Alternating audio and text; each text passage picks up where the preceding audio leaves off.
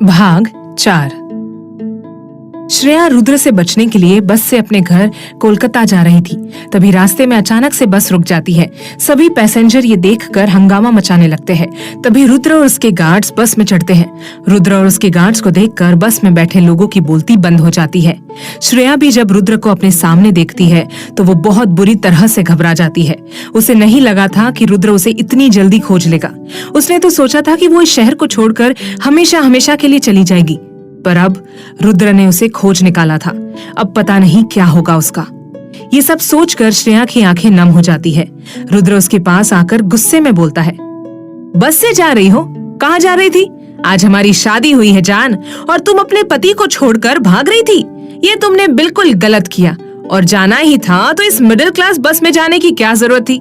अरे मेरे मेंशन के गैरेज में बहुत सारी महंगी गाड़ियां खड़ी है, उनमें से किसी एक गाड़ी से चली जाती। चलो कोई बात नहीं, घर चलते हैं। इतना बोलकर वो अपना हाथ उसके सामने बढ़ा देता है, पर श्रेया उसके हाथ पर अपना हाथ नहीं रखती। रुद्र ये देखकर फिर से उसे बोलता है, अपना हाथ दो जान, मैंने कहा चलो घर चलते हैं। श्रेया अपना सर ना में हिलाकर बोलती है, मुझे आपके साथ नहीं जाना है रुद्र जी, प्लीज मुझे जाने दीजिए, मैं ये शादी नहीं मानती।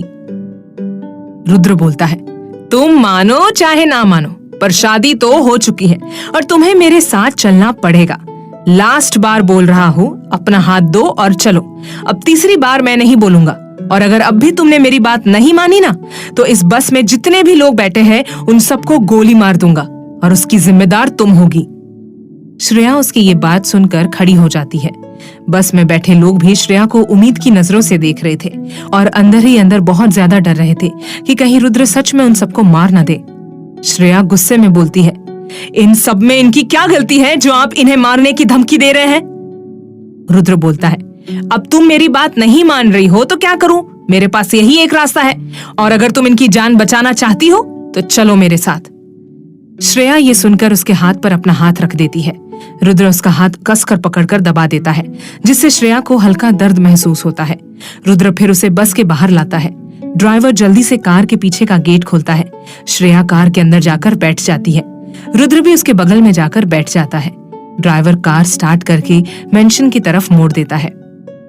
श्रेया फिर से रुद्र से बोलती है, रुद्र जी प्लीज मुझे जाने दीजिए, ये आप ठीक नहीं कर रहे हैं। ये शादी एक गलती है जो अनजाने में हुई है। मैं ये शादी नहीं मानती, आप भी भूल जाइए और मैं भी भूल जाऊंगी।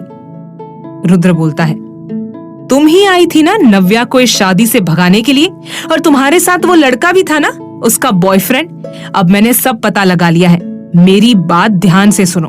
वो नव्या तो भाग गई अपने उस बॉयफ्रेंड के साथ, और मुझे अब उसमें कोई दिलचस्पी नहीं है, पर मेरी शादी तुमसे हो गई है, और तुम मानो या ना मानो पर तुम मेरी पत्नी हो और हमेशा रहोगी। तुम इस बात को जितना जल्दी स्वीकार कर लोगी उतना ही तुम्हारे लिए अच्छा होगा।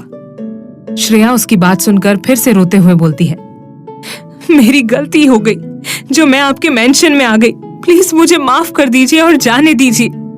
रुद्र उसका बाजू पकड़कर उसका चेहरा अपने चेहरे के करीब करके उसकी आंखों में देखकर गुस्से में बोलता है, चुपचाप से बैठी रहो। अब अगर तुमने बोलना बंद नहीं किया ना, तो मैं तुम्हारा मुंह अपने तरीके से बंद करूंगा, जो तुम्हें शायद पसंद नहीं आएगा, क्योंकि अब वही होगा जो मैं चाहूंगा, समझी? श्रेया उसकी बात सुनकर रोते हुए बोलती है, आप मेरे साथ ऐसे जबरदस्ती नहीं कर सकते। आप मुझे जबरदस्ती मेरे मर्जी के बिना अपने साथ नहीं रख सकते, वरना मैं आपकी कंप्लेन पुलिस में करूंगी। रुद्र उसकी ये बात सुनकर हंसते हुए बोलता है, इस पूरे दिल्ली में रुद्र प्रताप सिंह का राज चलता है। ये पूरी दिल्ली मेरे इशारे पर चलती है, और अगर तुम्हें मेरी कंप्लेन करनी है ना तो कर देना।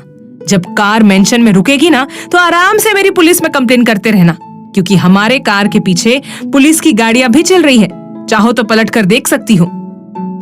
श्रेया उसकी बात सुनकर पीछे की तरफ पलट कर देखती है तो हैरान हो जाती है, क्योंकि उनके कार के पीछे पुलिस की गाड़ियां भी उनकी सिक्योरिटी के लिए चल रही थी। थोड़ी ही देर में रुद्र का मेंशन आ जाता है। वॉचमैन जल्दी से गेट खोलता है। रुद्र की कार गेट के अंदर जाकर दरवाजे के पास रुक जाती है। श्रेया जल्दी से कार का गेट खोलकर बाहर निकलती है। जो पुलिस की गाड़ियां आ रही थी वो भी रुक जाती है। श्रेया उन पुलिस ऑफिसर के पास जाकर बोलती है, सर मुझे कंप्लेन करनी है इस रुद्र प्रताप सिंह के खिलाफ। मेरी शादी इनके साथ गलती से हुई है। मैं ये शादी नहीं मानती, मैं इनके साथ नहीं रहना चाहती, पर ये मुझे जबरदस्ती अपने साथ रख रहे हैं। पुलिस ऑफिसर श्रेया की बात का कोई जवाब नहीं देते। वो सब सर झुकाकर खड़े थे। रुद्र फिर कार से बाहर निकलता है और श्रेया का हाथ पकड़कर उसे अपने करीब खींचते हुए बोलता है, कर ली कंप्लेन, पर कोई फायदा नहीं हुआ ना, चलो अब अंदर चलो। श्रेया बोलती है, मुझे आपके साथ नहीं जाना है।